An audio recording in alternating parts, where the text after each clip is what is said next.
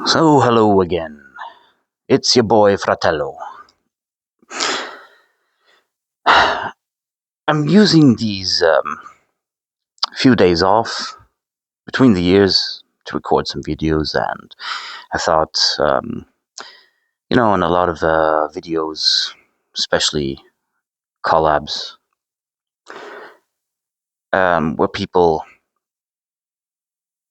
introduce themselves, and I thought I'd do an introductory video just on its own, just a standalone, just wafting about. So here goes. How did I get into astrology and magic? And it actually starts out way early in my childhood. I think the first influence that I had was perhaps just growing up within a very churchy community. I grew up Christian up until the age of 11, 12 or so, and had to go to church twice a week. And what I remember is that I always hated it.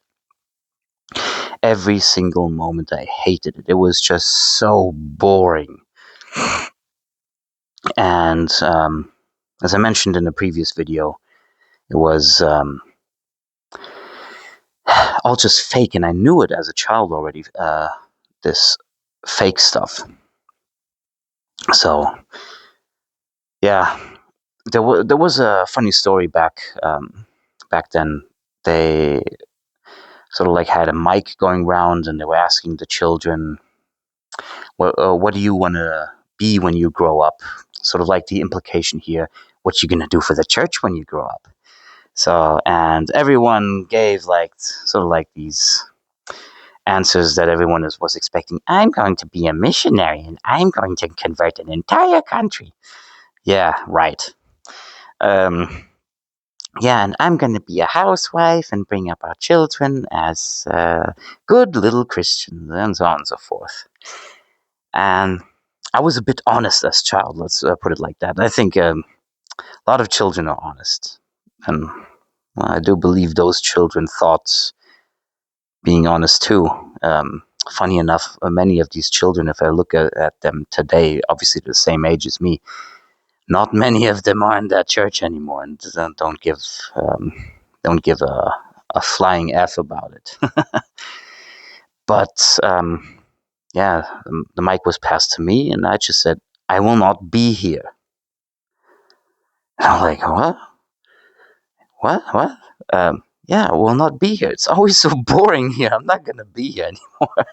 So, and it's true. I'm not there anymore. So, essentially, a lot of contact with the esoteric world starts actually in the exoteric spirituality. For many of us, it's Christianity, obviously, because we're being told many things about evil Satan and his demons, and they're out trying to get you, and painting this dark picture of the other world. So, but where I think I was 8 years old. Yes, it must have been when I was 8 years old. Yeah. So there was this sort of magazine for actually 12 to maybe 16-year-olds, and they had sort of like a section in it weekly where some of these youngsters took photos and made sort of like a comic strip out of those photos, like with the speech bubbles and everything. And there was one very great story in it, and anyone who probably had these magazines at the time remembers this story, because it was actually really great, and it was about some kind of a girl moved into town. I think it was even Munich or so, and then she was supposed to be like, was it seduced by some kind of Satanist guy? And it was like with all those black robes, and he had these powers with like fire and hail Satan and all that kind of stuff. Really funny, actually. Really stupid if you read it nowadays, but it did have this appeal. It's like, whoa, yeah, Satan is cool and stuff. Yeah, and I was like 8 years old, and it's like, yeah, I'm a Satanist now. Okay, but yeah, that was sort of like first real, quote unquote,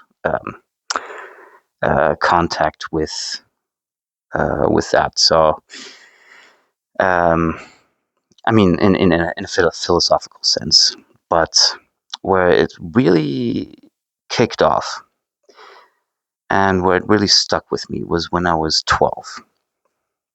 So recently, my parents split up, divorce, and everything, and my mother went through a witchy phase. So with all the tarot cards and all the beautiful music, it was sort of like very Wiccan style what she did. So it's not anything I ever actually went for myself, but all this esoteric and mystical and the nice smells and everything. It was very magical in itself. Um, and I really liked it as a 12-year-old. I didn't understand jack shit, but that's another story.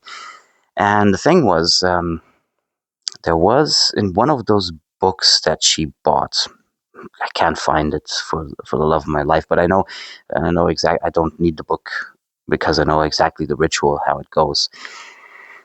But it's a meditation that you do to reach a point of nothingness within you. And I did exactly as instructed in this book, and I did reach that point of nothingness. First try. And it was amazing. It was actually amazing. It's like sort of like being high as a 12-year-old. Yeah, so I reached that point, and for the love of my life, for many years, I couldn't replicate it. Only just recently, wanted to do it again, and it finally clicked again. But that's because of my experience in magical work for the last few years, anyway. But yeah, that was the point. I was sort of like, because I have a Celtic Irish ancestry, I was very much into sort of like um, the Book of Conquests and all the beautiful imagery and all that kind of stuff. So, and I always, for some reason, said that I wanted to become a magician without actually ever having any concrete idea on how to do it, especially because the books that my mother had, apart from this one ritual or meditation, better, they were they were as unmagical as you can make magic, so to speak. So they were talking about how magic is actually in some kind of herbs and their medicinal qualities, and that sort of like the pills from the doctor are actually the magic. Yeah. So it was sort of like just trying to make the mundane world appear more mystical, but that part of the mundane world that doesn't have mystery, so to speak. It was a little bit stupid. And I remember at one point I read about something called a qarin, which is an Islamic concept about sort of like a demonic spirit being around you nonstop. Um, it's, I think that Islamic folklore has actually taken the concept of the holy guardian angel or the Greek daimon as the self and put it in those terms. And I think it was like 23 or so, then again, where I built my own Ouija board, so to speak, because I just wanted to try it out. And something answered, and it said it was my qarin. So I actually called out to this holy guardian angel type or whatnot, but it was sort of like an evil spirit. It actually was, because it wanted to corrupt me. It told me it wanted to corrupt me, and perhaps it actually did for a while, because I went down a very dark path of having very bad friends, the drug kind of types, and being tough guys, and yeah, all that kind of stuff. Um, but uh, then I moved to another city, and actually in hope of getting away from small town life where there aren't no big prospects in career or stuff. So I moved to another city, and it was equally as bad. That was right around when I was 23, so 2008, 2009, it was right around when recession hit. So, not faced with many career choices, um, I looked into magic yet again to perhaps give me an edge to find something, and it did. There were some candle rituals to do and stuff like that, and just some very basic stuff, and all with very this infernal kind of magic. I think what was it called? Uh, it's a very famous site. I'm not sure if it's still running, but it's some joy of Satan. Yeah, exactly. So, and the stuff actually worked. So I got a job. It was really not a great job, and but it paid the bills, and that's where I then started to just use rituals to fit my needs at times when I needed them. Yeah. Um, Obviously, I did tarot cards, and mostly I did tarot cards actually when I pulled a girl from a club or something like that. And I was like, let me lay the cards and stuff like that, because they were all fascinated by it. And so it was sort of like a dating tool more than a divination tool for me. But it seemed that my experience with it just grew over the time, and um, I didn't actually do um, the intuitive kind of reading. I did reading by the book, so to speak. But it seems my readings at that time massively improved, and got good results from that. Yeah, then again, I moved to another city, and faced with the same troubles here, that I couldn't find a job. So again, did a ritual, found a job. Yeah, it wasn't a great job yet again. And just shortly after that, I moved to another city. And guess what? I couldn't find a job, and did a ritual to find a job, and I found a job. So, um, and as time went by, it was sort of like, yeah, I had sort of like these rituals from very dark magical sites, and they were giving me this philosophy of a very like Darwinian philosophy, so like the strongest wins over everything, and I sort of like fell into that Satanism hole, and um, I tried to follow a specific theistic branch of Satanism, which I was like always on the lookout for new rituals and all that kind of stuff. And what did they offer? They offered philosophy. And after a while, I just said, fuck it. I'm not here for philosophy. I'm here for the magic. So that's when I turned away from all that Satanism nonsense. And sorry to all you who like Satanism out there. Levian, for example, is actually a very nice philosophy, um, very straightforward philosophy, and it does have its merits. So I'm not hating on Satanism itself. I'm just hating on people who just created a new religion, and an Abrahamic one at that. So then I just started buying more books and trying out more, and there were some obviously charlatans out there who just made stuff up, and trying to work my way through the labyrinth of all different kinds of magic, and essentially I got stuck on chaos magic, so to speak, because chaos magic does explain how the magic works, and you can apply that to everything you read and everything you come across, and you can sort of like call out the bullshit easier. So it's very good, chaos magic in that sense. It is very bare bones type of approaching any magical system. And I did run into some trouble with a demon, actually. And I mean, not a good demon, I mean a very evil spirit who short time possessed me. And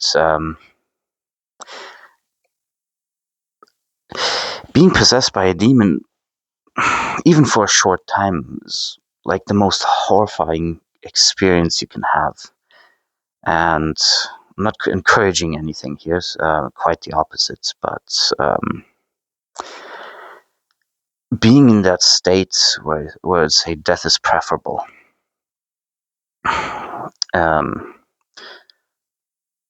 But yeah,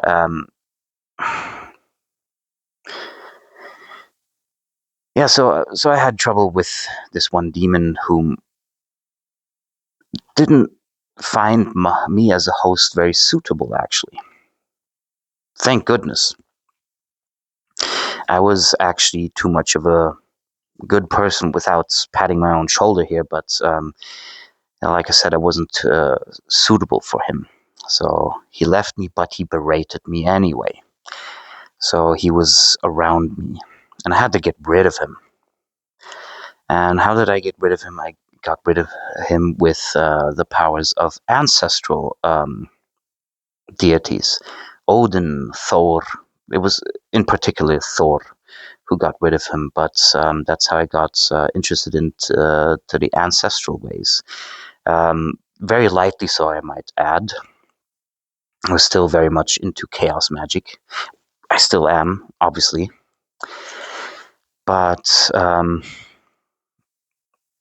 reading through some of the literature of like the Golden Dawn and OTO and stuff, it seemed that astrology was the way to for every aspiring magician, so to speak, to take it to the next level. It gives an archetypal way of thinking to you. It's a way on how to attune yourself much more easily to the outside forces, and sort of like your insides to the outside, and vice versa. So, and I thought, okay, I knew this one girl who was at the time knew another astrologer, and that astrologer is Fiona Edgar, or Gregerson. And she came highly recommended.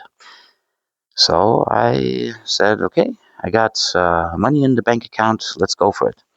And Fiona showed me, opened up a new world, so to speak, with astrology. And I learned astrology there in her course one-on-one. It's recommended, definitely. So if anyone wants to go for an astrology course and has a little bit of money on the bank, go to Fiona. Worth every penny. So, yeah, yeah, what I want to say. So, yeah, Fiona opened an entirely different world, and it was very true. So the archetypal feel and knowledge to everything in astrology can be applied greatly to magic, and it opened up a whole new door, whole new world for me, so to speak. And that's how I integrated astrology with magic. And because she's very strong in the ancestral part, ancestral honoring and worship, is where I greatly integrated it into uh, my own system. And though I do work in a very chaos magic way, and I love magic in itself, um, philosophically, I have adopted the Old Norse, Indo-European ways, including some of Hindu philosophy within this whole wild mix of magic and spirituality. So, in essence, yeah, I really honed my magical skills over the last few years. I really literally trained very hard. I've done magical experiments, tried out what could happen, what could work, and what may not work. Magic is always a very individual thing, so what works for one magician might not work for the other as well, um, and so on and so forth. And so I tried to sort of like pinpoint where my strengths are and how I can work with magic over the last few years, and now I can uh, now I can actually proudly say that my magic is now at the point where it is reliable, and where I can work together with people and help them as best as I can. So that is sort of like my short CV in this magical journey that I had in my life. I hope you enjoyed this video, and I hope to see you in the next one.